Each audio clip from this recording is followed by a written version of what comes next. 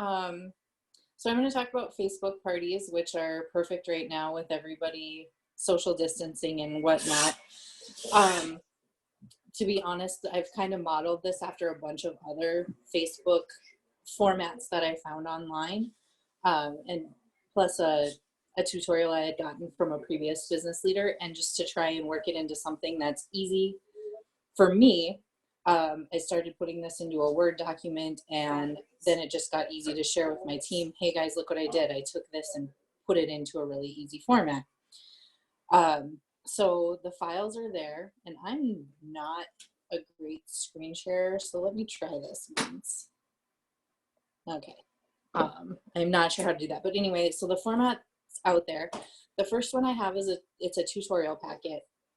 The first page is where you can put down your host's name and then kind of picking a theme. Today I'm going to talk with a summer theme, summer catalog, yay. And that has been one of my favorite to do because the posts are super fun to do with it. So in the tutorial packet, I have listed out how I do the post. I like to set up an event on Facebook. I use my business page, and I like to do a public event. That way, if the host shares it, then people can join the event using the link. Otherwise, if you go with private events, they have to be invited by somebody, and with notifications and stuff, that doesn't always work. Big deal with Facebook parties right now is that you want to get interaction so that people get notifications and so that it shows up in news feeds. If people comment, it's like bonus points. If they like things, okay, so people are interested. If people comment, it's bonus points. So asking questions, getting something where they can share a picture is great. And so I like to set my event up 7 days before I'm going to do the actual party. And then I just try to get interaction out of the guests for those 7 days, whether it's what's your favorite thing to do in the kitchen. The Facebook polls are great. You can add little pictures to them now. I love that. So doing a poll, because a lot of times people aren't interested in commenting or don't have the time, but they'll click the little checkbox and get you some interaction on those polls. So things like questions like, what do you struggle with most in the kitchen? And then you can have meal planning, easy, your different items on there. And then you can add comments to those based on people voting, like, oh my goodness, I see so many of you are struggling with meals in minutes. You should check out. And then put the stack cooker, the pressure cooker, the microwave grill, and a little comment about how you use it to do a great 20-minute meal and how easy it is.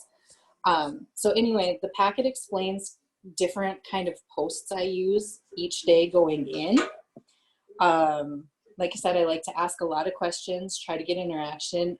In the meantime, I'm sending a message to my host in the background through Facebook Messenger saying, hey, we're not quite getting the interaction. Do you think you could tag a friend in the post today?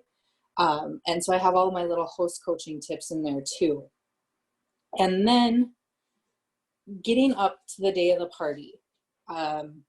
That's my favorite part, and that's where the other form comes in. That's called the worksheet, and that is a separate file, but it is just, I set it up, I sit down with my pen and paper while I'm watching TV and kind of dream how I want to do my 30-minute flash party on Facebook. And when I have that, sorry, I'm just opening my file here so I can see it while I talk. So when I have that all put together, I schedule the posts, and I do schedule my weekly posts too. Then I'm available for like checking in to comment on them. But I schedule all of these party posts. They come in rapid fire for 30 minutes. And then I'm free to interact. And I've usually got my iPad going and my cell phone going so I can comment, and I'm reloading and I'm liking and I'm messaging and doing all that while the party's rolling itself on. So on my Facebook worksheet, I start out with writing down the host name, the party event theme, the party event name. You know, alliteration is fun, right? Like the grill and chill and things like that. So, and then a date and time. I write this on the worksheet. There's blank lines on there. I print one off for every party I do. And like you said, I'm going to talk about a summer one. So that's my grill and chill. And those are so much fun right now. So the first post that I have scheduled is a roll call post. And I offer some kind of prize on there. Whatever you feel like. Remember, if you're going to offer a physical prize, you're going to have to ship that out. That can get tough with running errands. Amanda and I got a message through a party one time, and I shared it with her, and it was just so cool. It was about offering, I'll give you an extra, here's your 3 choices, pick one. A freebie for my basket, so then you've got your tiny treasure, and then you have to mail that out. $20 off your next order of 100 or more, or set your dollar amount like that, or a certain amount of dollars of bonus credit that you could add, that they can add when they decide to host a party. And so right there, you're putting in that plug from your person who wins your roll call prize. You're putting in that plug to try and book another party for your guest, or for your host. And that is a huge help in boosting parties, because people are like, oh, $15 extra host credit. Sure, that's going to come out of my commission, or, I'm having to chip that in. But it's such a big help with getting that party booked. And you guys know what an additional party means. $15 isn't a huge deal when it comes to that party. So that's on my roll call post. I try to encourage commenting. Sometimes on there, I'll be like, hey, join my Facebook group, my business page for an extra entry into this drawing. So I'll have that comment in there. And then those people are getting an extra ticket in that drawing.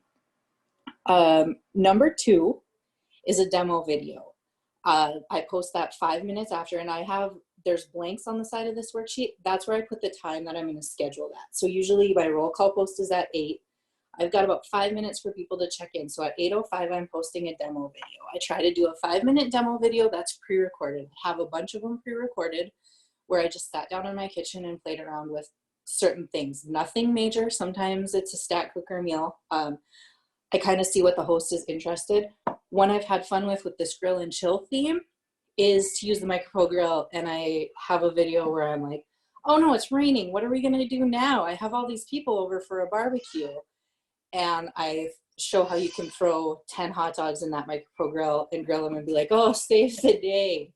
Somebody grab the salads. Here's the hot dogs. And this worked out great. And then kind of, just something fun. Or put together a salad for a pasta salad. Use your mix and chop.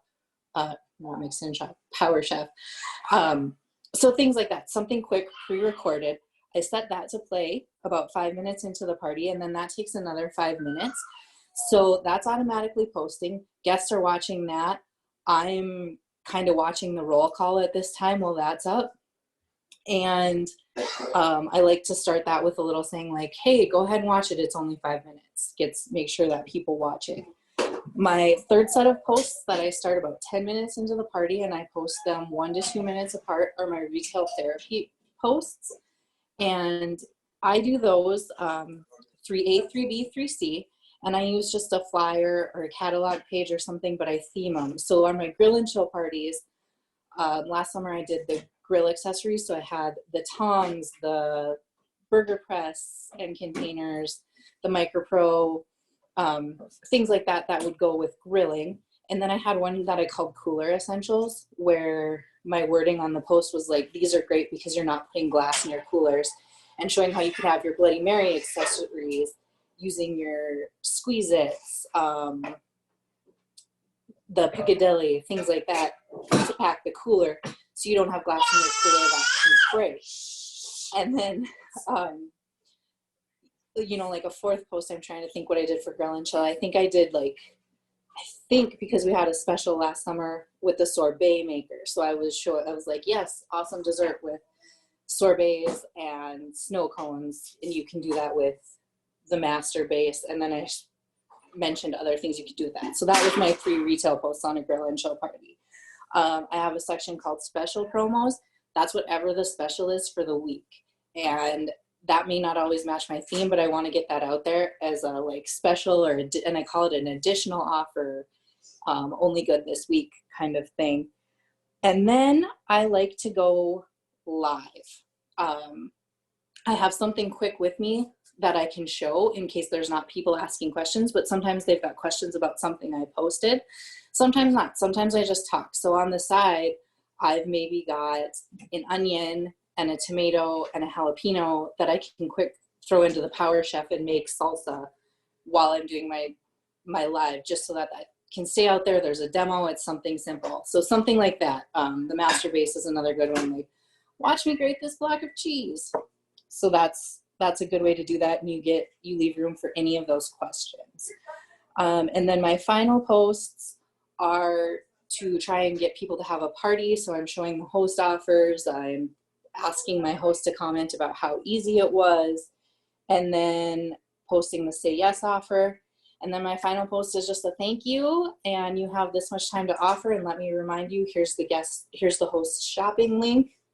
And that's that. And then in the tutorial packet, I have a couple more questions that I follow up, or a couple more things that I follow up with the next day, and throw in some of those. The host is almost to the next level.